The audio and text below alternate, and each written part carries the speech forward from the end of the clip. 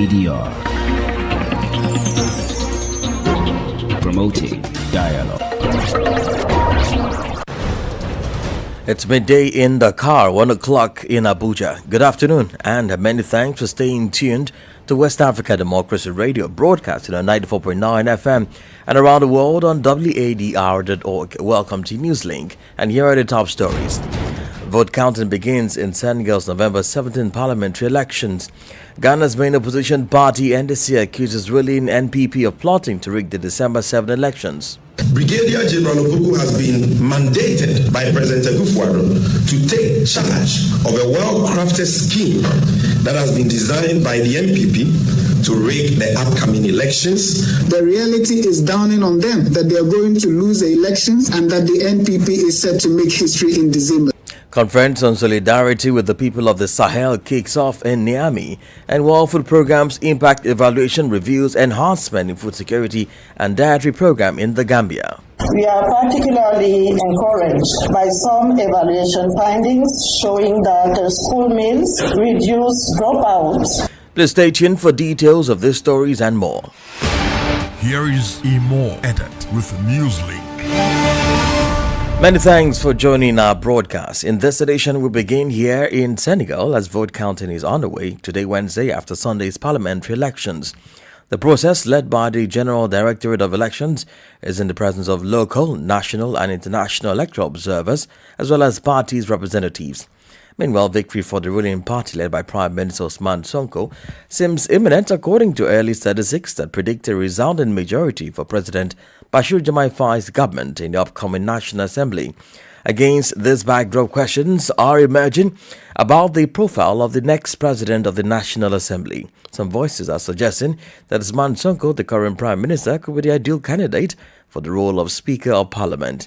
Sidi Job, a Senegalese political analyst and journalist, offers his perspective on this matter. Beaucoup de gens pensent à Ousmane Sonko pour occuper ce poste. Mais à mon sens, ce n'est pas... Many people think of Ousmane Sonko to fill this position, but in my opinion, it is not the right profile for me, and it would not even be the right choice for Ousmane Sonko. Ousmane Sonko was the one who was at the heart of the PASTEF project.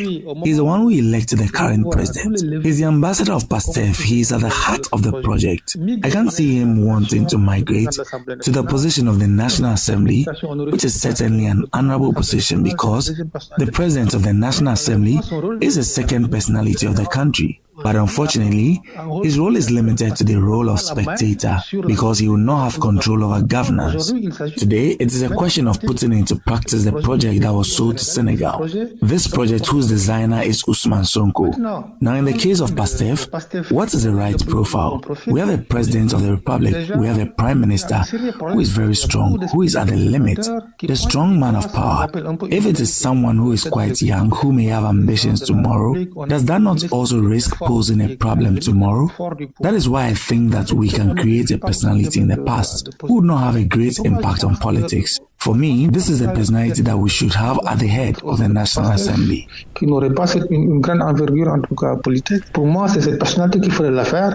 Said Job is a Senegalese journalist and political analyst contacted by Demba Amaan. Well, we head to Ghana, where the main opposition party, the National Democratic Congress (NDC), has accused the governing New Patriotic Party (NPP) of plotting to rig the upcoming December 7 polls.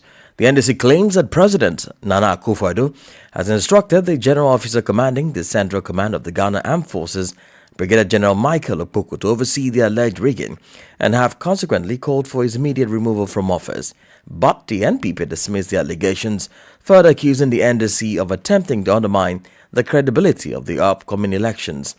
WDL's Accra correspondent Nadi Detete reports. Addressing the press on Tuesday, November 19, the National Communications Officer of the National Democratic Congress, the NDC, Sami Jemfi, alleged that Brigadier General Michael Opoku was recently promoted to his current position as part of a scheme to rig the upcoming elections in favor of the governing New Patriotic Party. The NDC referenced Brigadier General Opoku's alleged role in the violence during the January 31, 2019 Ayawaso West Wuogon by-election. According to the NDC, instead of facing sanctions for his involvement, he was rather rewarded with a promotion. Mr. Jemfi further claimed that the NDC has intelligence indicating that Brigadier General Opoku is currently training NPP-affiliated thugs at the Sochare military camp. Brigadier General Opoku has been mandated by President Wadr to take charge of a well-crafted scheme that has been designed by the MPP to rig the upcoming elections, particularly in the Ashanti region. Through ballot stuffing, swapping of ballot boxes, swapping of pink sheets, and other clandestine activities, starting with a special voting exercise scheduled for December 2nd of this year. The Deputy Communications Officer of the Baumia campaign team, Akbar Yusuf Khomeini, responded to the allegations, describing them as false. 18 days to elections, the reality is dawning on them that they are going to lose the elections and that the NPP is set to make history in December. So all what they're doing now is to attempt to taint the impending victory of the New Patriotic Party. Security analyst Colonel Festus Wadr, retired, believes though he cannot independently verify the claims of the NDC, it should not be swept under the carpet. This is something for the institutions, especially the National Security Minister, to take the matter up, for the IGP to take the matter up, for other opinion leaders and groups to take the matter up. For WADR, Nadidi Teti, Accra. Meanwhile, Ghana's Election Security Task Force has declared its readiness for the December polls, stating plans to streamline security arrangements at collation centers to prevent chaos that marred the 2020 elections, which led to the death of 8 people. The chairman of the task force and Inspector General of Police, Dr. George Akufo-Dampare, stated that the only accredited individuals will be granted access to collation centers. From where we sit as the National Election Security Task Force, comprising all the security agencies, with the Ghana Police Service as the lead agency, and by extension, the Inspector General of Police as the chairperson of the task force. We want to assure you the elections will be very peaceful because of the measures we put in place. So Ghanaians, feel free and live your life normal. We have your back. Knowing from what we have done in terms of our preparation, the assurance is clear. It's taken us more than 2 years preparing for these elections because we have considered election to be a process and not an event. So rest assured, we will engage where we want to engage. We will de-escalate where we want to de-escalate. But when we have to be ruthless in the enforcement of the law, within the context of rule of law, we will stop at nothing. When we have to do that, because if that becomes the only option. So Ghanaians should be with us, bear with us, have our back, and for us to confront anybody who wants to take the peace of this country for granted. Ghana's IGP and chairman of the Election Security Task Force, Dr. George Akufo-Dampare. Well, still on electoral matters in Côte d'Ivoire, opposition parties are calling for an extension of the voter registration period. The process, initially scheduled to run from October 19 to November 10, was later extended to November 17 through a decree issued by the government. However, the extension has been deemed insufficient by the opposition, who argued that more time is needed to ensure broader participation in the electoral process. From Abidjan, Alban Ade has more details in this report voiced by Echa Tiso. The revision of the electoral register, which was due to be completed on November 10, was extended by 1 week. It finally ended last Sunday. The Ivorian opposition considers the extension period too short. For the African People's Party of Côte d'Ivoire, PPACI, difficulties were noted, particularly the issuance of administrative documents necessary to be registered on the electoral register. Justin Kone Katinan is the president of the Strategic and Political Council of PPACI. The extension time is largely insufficient because there has been a lot of baggage that we have observed on the live, either by the emergency services or by insufficient personnel to answer these questions. Obviously, we do not agree. There have been many obstacles, and without the reason of lack of security, of the risk of injury. The opposition party is therefore requesting another extension of the deadline for the registration operation. We are going to make a lot of changes, especially if we let them to do it every year and if we let the UN try to do it every 2 years. It is as if we were saying to politicians, let them do it 1 month or year. It will not work. We are going to ask for the extension of the operation.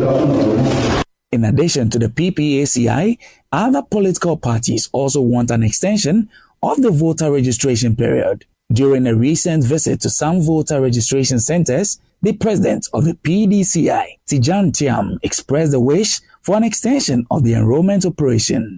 There were 12,000 voter registration centers as the Independent Electoral Commission aimed to enroll 4.5 million new adults and first-time voters.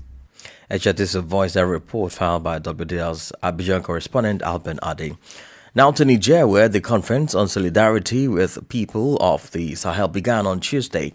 This data sharing and reception meeting brings together participants from AES member countries and beyond. Its goal is to strengthen the bonds of solidarity that exist with the people of this region. Here is Murtala Zubairu's report, voiced by Ogubierika. Several participants from Burkina Faso, Mali and Niger are attending this solidarity conference with the peoples of the Sahel. Organized by several Nigerian civil society organizations, the meeting themed for anti-imperialist unity, peace and friendship among peoples aims to strengthen further the bonds of solidarity among the peoples of the Sahel. Some major challenges confronting the CNSP in achieving Niger's sovereignty are being highlighted during the meeting. Meanwhile, Nigerian Prime Minister Mohamed Lamin Sane also at this meeting called for serious discussions to address the issues plaguing the Central Sahel.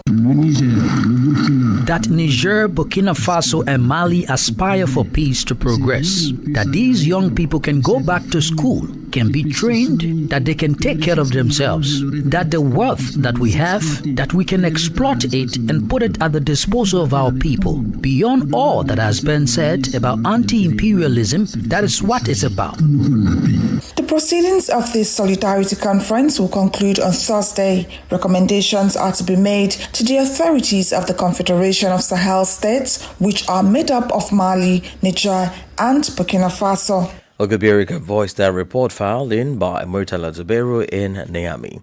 Now let's bring you some financial report. Nigerian President Bola Tinubu has written the National Assembly seeking approval for a $2.209 billion external loan to partially finance the 9.7 trillion naira deficits in the 2024 budget.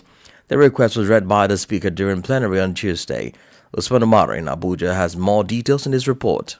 According to the communication, President Bola Tinubu not only submitted an external borrowing plan but also forwarded the 2025 to 2027 medium-term expenditure framework and fiscal strategy paper to the lawmakers. Additionally, he introduced an amendment bill to establish the National Social Investment Program Social Register as the main tool for federal social welfare initiatives. Speaking on the development, Zikora Ibe, Senior Program Manager at Corporate Accountability and Public Participation Africa, CAPA, raised concern over the rising foreign and domestic debt and worsening economic indices. A lot of the monies that we borrow, they're channeled to recurrent expenditures, not even capital projects that yield any value. So you are borrowing money to finance budget deficits, payment of salaries, and things that you cannot even recoup that sort of money from. And in other cases, the monies that have been borrowed so far have gone into a big hole. There is lack of accountability, where corruption has also characterized this borrowing. Zikora therefore called on the National Assembly to reflect deeply before approving any request for more loans. It's ridiculous, and really, at this point, the National Assembly and our legislative house need to sit back and also ask itself if it is truly deliberating for the interest of the people, or it is just a rubber stamp house. Meanwhile, the Central Bank of Nigeria reported that the federal government spent $3.58 billion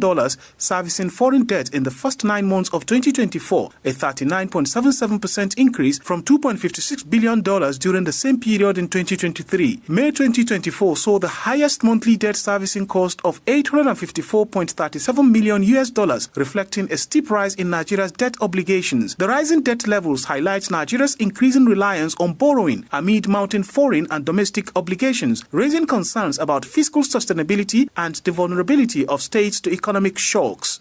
For Newslink on West Africa Democracy Radio, Usman Umar reporting from Abuja. Elsewhere in Liberia, citizens are calling for an end to the ongoing political impasse at the House of Representatives for a speedy passage of the 2025 draft annual budget. Amid the escalating political power struggles in the House, President Joseph Boakai, through the Finance Ministry, on Monday submitted the draft budget to the National Legislature, which is projected at $851.8 million. In a conversation with WDL, some ordinary citizens call for a timely resolution to the ongoing deadlock to ensure the stability in the Parliament for proper deliberation of the country's financial instrument. From Monrovia, Grace Joshua completes the story. The draft budget, explained by the Minister of Finance, Augustine Kwe Gafwan, at the Information Ministry, comprises domestic revenue constituting US $791.76 million, or 93% of the total allocations made for the improvement in salaries of doctors, physicians, teachers, AFL soldiers, EPS, police, among others. Interviewing some citizens, they expressed disappointment over the refusal of the lawmakers to work in the interest of the citizens, stressing that a continuous struggle at the Capitol building could affect the passage of the national budget and the overall peace of the country. And everything that's happening now is affecting the Liberian people, the common people. You and I know Liberia now, not a day, the US rate is going down and prices are still high, up, nobody is talking about it. That budget should be passed because the Liberian people are suffering. Let us settle the in-house problem that the budget will be passed for the Liberian people work to be done. We want for Liberia, we need for Liberia to go. But now, the way the people are proceeding in the house, they are not in favor of the Liberian people. For West Africa Democracy Radio, I'm Grace Joshua in Monrovia. You're listening to Newslink on West Africa Democracy Radio, 94.9 FM Dakar. Here's a reminder of our top stories. Vote counting begins in Senegal's November 17 parliamentary elections. Ghana's main opposition party NDC accuses ruling NPP of plotting to rig the December 7 elections.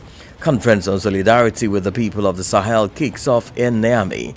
And still ahead, WFP's impact evaluation reveals enhancement in food security and dietary program in the Gambia.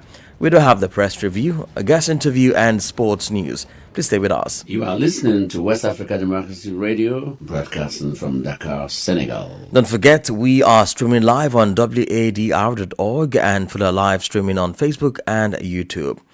In Benin, the Minister of National Defense, Fortunate Alain Noatin, on Monday presented the ministry's 2025 budget before the Parliament's Committee on Budget. He is requesting the amount of 118 billion CFA francs, an increase of 18% compared to the 99 billion CFA francs of 2024 financial year.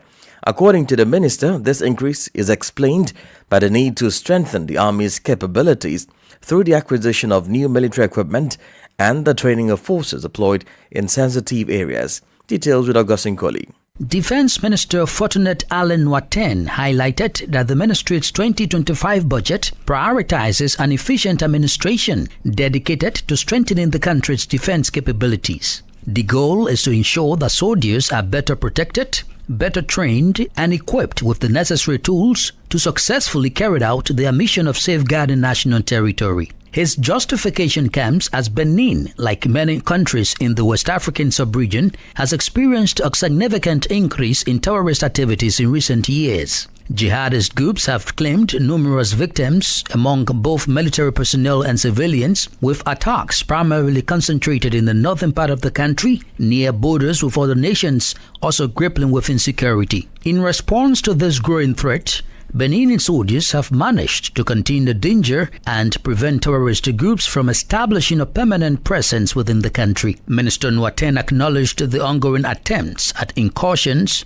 but emphasized that the Benin's defense forces have so far been successful in repelling these attacks and maintaining national security. To effectively address the evolving security challenges, Benin is focused on recruiting more military personnel and securing advanced equipment through its international partnerships. Augustine Curley filed that report. Now, the latest findings from a comprehensive impact evaluation of the homegrown school feeding program in the Gambia reveals that school meals significantly enhance food security and dietary diversity while improving the mental well-being of Gambian children, particularly girls.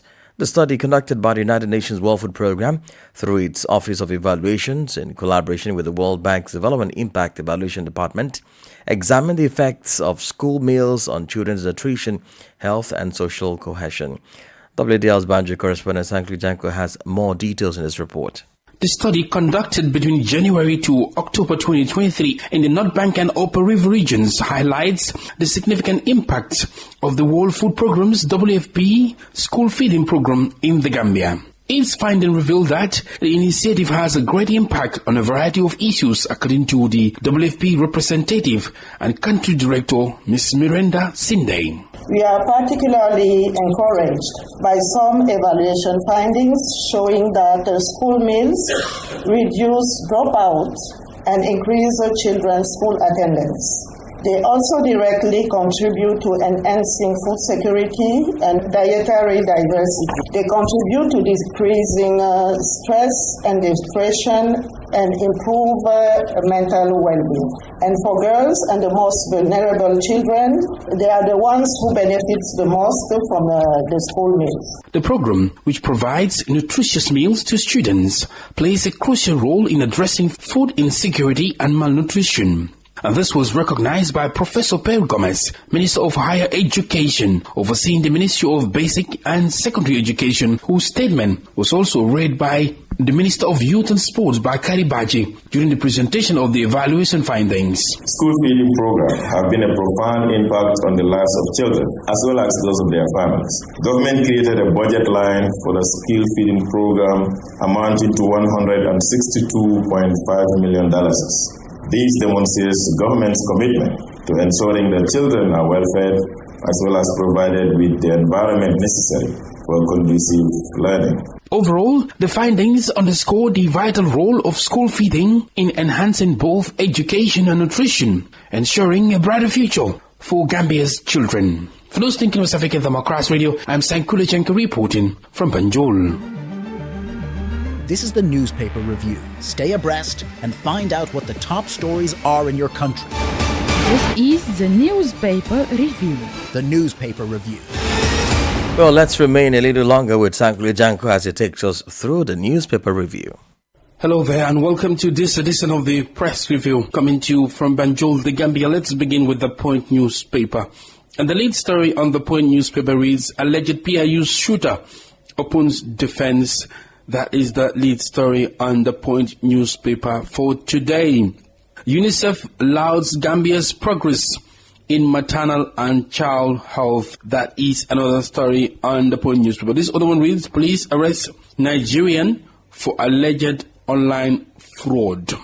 UDP congratulates Pastef for landslide victory. This other one reads, court orders reinstatement of former UTG lecturers. Awards damages of 5.2 million.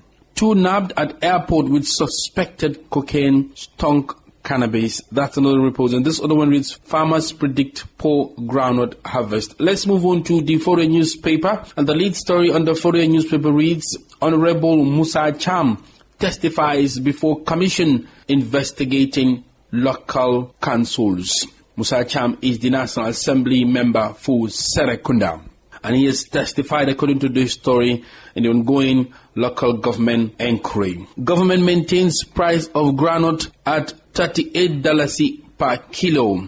Cries of poor groundnut harvest dominate President's first meeting. Gambia ranked among highest in total imports from ECOWAS countries. Gamcotra provides 6 million machines to former circumcisers in NBR. NTC partners advance dialogue to build consensus on draft constitution. And I'm afraid these are the major stories making headlines on Gambian dailies, and it's back to you in the studio. Many thanks, Sankli Janko, for the newspaper review. Politics analysis on major news, social matters, and all. This is A Guest. Well, we'll take you back to our earlier story from the Gambia, where the United Nations Children and Education Fund UNICEF country representative in that country, Nafisa Binte Shafiq, has called for the protection and safeguarding of children's rights in the country. She made a call in commemoration of the International Children's Day 2024. World Children's Day, observed annually on November 20, is a global celebration dedicated to the welfare, rights and future of children. In an exclusive interview with WDL, Ms. Shafiq emphasized the importance of listening to children, noting that they are aware of their needs and rights. So the census just came out, and it's about 54% below the age of 19 and over 50% below the age of 18, which means half of the population are children. So it's a very youthful country. In terms of state, I must say that, a lot has been achieved in terms of making sure that children have good health starting from their birth, and they have good nutrition, they have access to school, and also protection, because government has put together a good environment in terms of programs, law, legal environment, as well as budget allocation.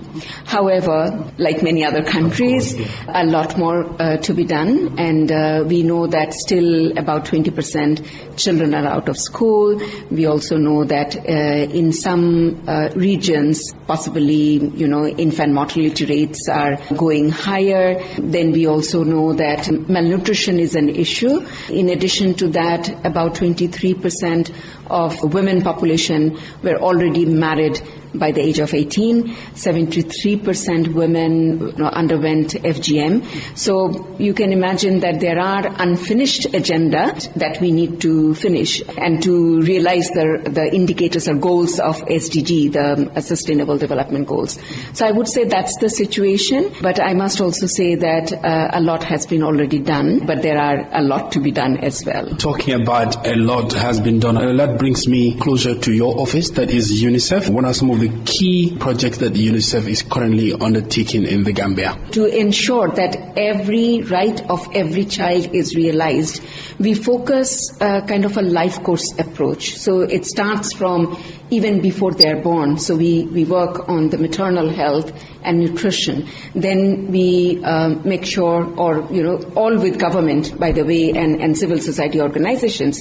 So we also contribute to make sure that they are born safe, they are nourished, they have access to early childhood development, they have access to school when it is time for them to go to school, and in school or at the community, they have access to clean water, adequate sanitation. I want to narrow down the conversation now to child rights. How would you describe the state of child rights in the Gambia? On the basis of government data, along with GBOS, the Gambia Bureau of Statistics, what we have done is a secondary analysis on the basis of the available, primary data. And it seems like 9 in every 10 children in the Gambia are deprived of one right or the other. So multiple deprivation is pretty high. Officer Binte Shafiq is the UNICEF country representative in the Gambia. In the sport briefs, retiring tennis superstar Rafael Nadal lost 6-4, 6-4 to Botic van der Zandskop in the Davis Cup quarter-final singles rubber on Tuesday as the Netherlands took a 1-0 lead against Spain. The 22-time Grand Slam winner will call time on his career in professional tennis at the end of Spain's participation in the tournament in Malaga after 2 injury-ravaged years. In football, in a heart-wrenching semi-final clash, Nigeria's representative Edo Queens were unable to secure their spot in the CAF Women's Champions League final, falling to DR Congo's TP Mazembe with a final score of 3-1. The match held on Tuesday saw Edo Queens initially take control with a promising 1-0 lead, a position they ultimately squandered as TP Mazembe rallied late in the game. And that's it on this edition of Newslink on West Africa Democracy Radio 94.9 FM Dakar. Thank you for listening. And many thanks to Kristen Mukudi and Maudoji for the technical support. Do connect with us on all of our social media platforms, X, formerly Twitter, Instagram at WDL News, and Facebook West Africa Democracy Radio English Service. 50/50 is up with Nadide Tete. I am Imo Edit. Good afternoon. And many thanks to you for